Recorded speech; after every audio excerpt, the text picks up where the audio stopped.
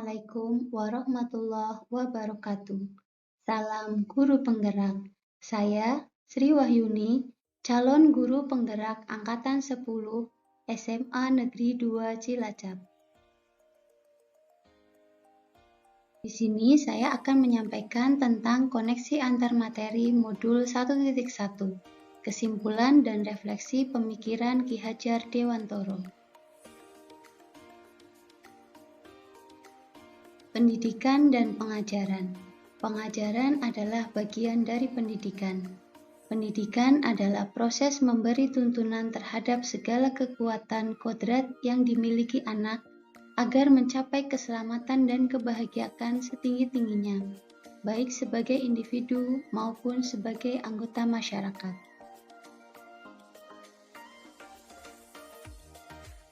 Apa yang Anda percaya tentang murid dan pembelajaran di kelas sebelum mempelajari modul 1.1?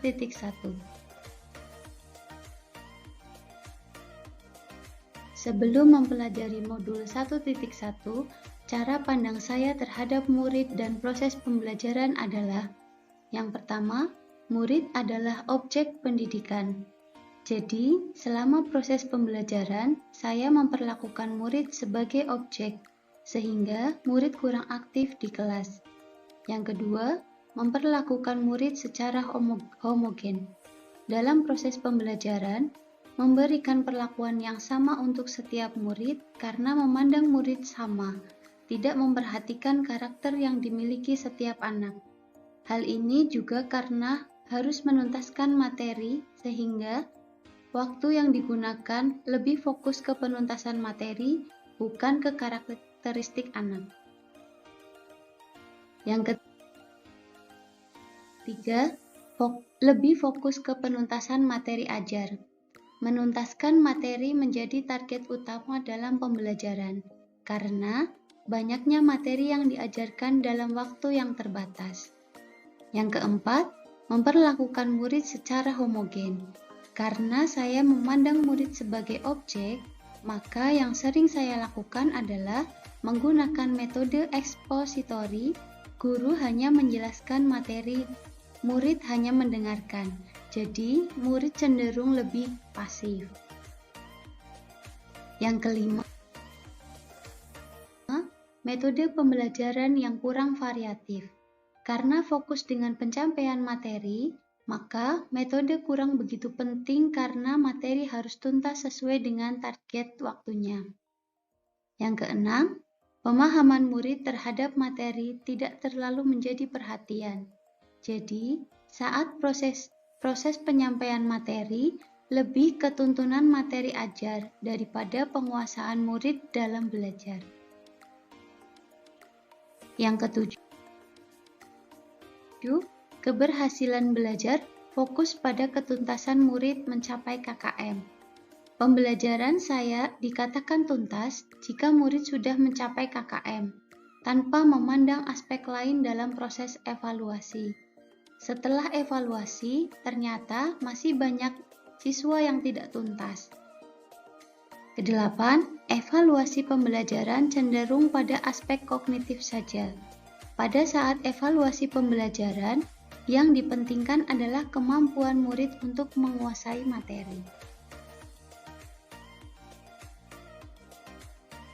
Kemudian, apa yang berubah dari pemikiran atau perilaku Anda setelah mempelajari modul 1.1?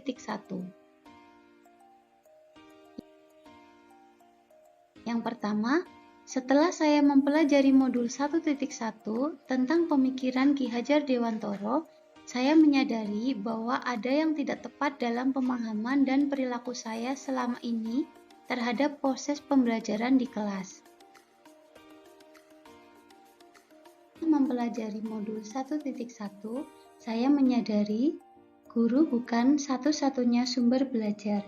Banyak sumber referensi lain untuk dipelajari, seperti searching di Google atau video pembelajaran, lembar kerja, modul, dan sebagainya. Yang kedua, proses pembelajaran dan evaluasi dilakukan secara holistik. Guru dituntut menggunakan metode yang bervariatif sesuai dengan perkembangan zaman dan sesuai dengan karakter murid. Yang ketiga, guru adalah among. Guru bersifat menuntun, yang memberikan cara yang dapat menuntun murid untuk terus belajar. Guru harus memperhatikan kodrat alam dan kodrat zaman. Di sini, guru harus selalu menyesuaikan dengan keadaan alam dan zaman yang terus berkembang.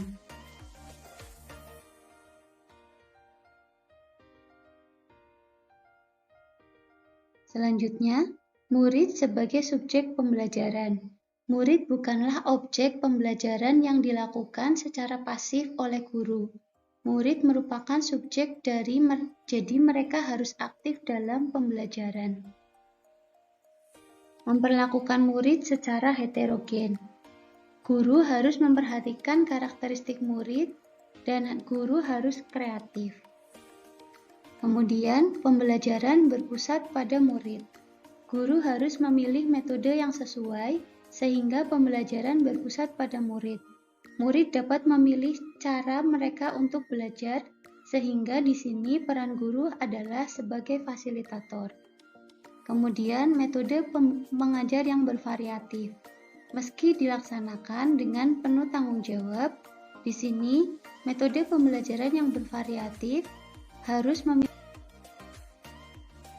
beberapa aspek pembelajaran, di antaranya sosial, spiritual, kognitif, afektif, psikomotorik, dan budaya. Apa yang dapat segera saya terapkan lebih baik agar kelas mencerminkan pemikiran Ki Hajar Dewantoro?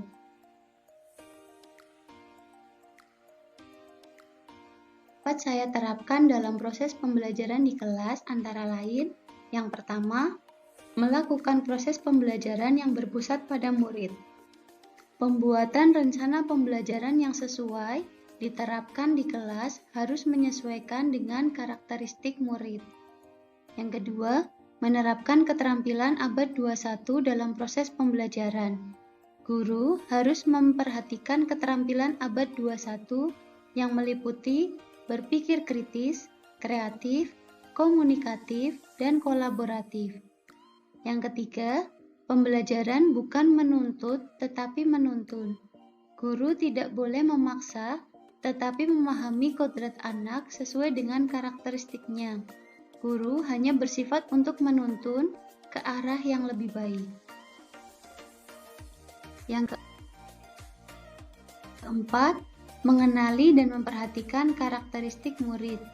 Guru akan memperlakukan murid dengan baik sesuai dengan karakteristik muridnya. Yang kelima, melakukan pembelajaran yang menarik dan menyenangkan. Guru dapat mengubah pembelajaran menjadi lebih baik dan menarik, sehingga murid menjadi nyaman dan selalu ditunggu siswanya untuk datang ke kelasnya. Yang keenam, menanamkan budi pekerti pada murid. Penanaman budi pekerti seperti salam, sopan, santun akan membuat murid memiliki jati dirinya untuk selalu memiliki budi pekerti yang baik dalam diri dan masyarakatnya. Yang ketujuh, menerapkan teknologi dalam proses pembelajaran. Murid hidup di era teknologi seperti saat ini, sehingga evaluasi atau metode pembelajaran adalah hal yang menarik karena akrab dengan mereka, seperti menggunakan Jimit, Zoom, Google Classroom, Quizzes untuk evaluasi pembelajaran. Antar materi modul 1.1, kesimpulan dan refleksi pemikiran Ki Hajar Dewantoro telah saya sampaikan. Semoga bermanfaat. Salam Guru Penggerak. Wassalamualaikum warahmatullahi wabarakatuh.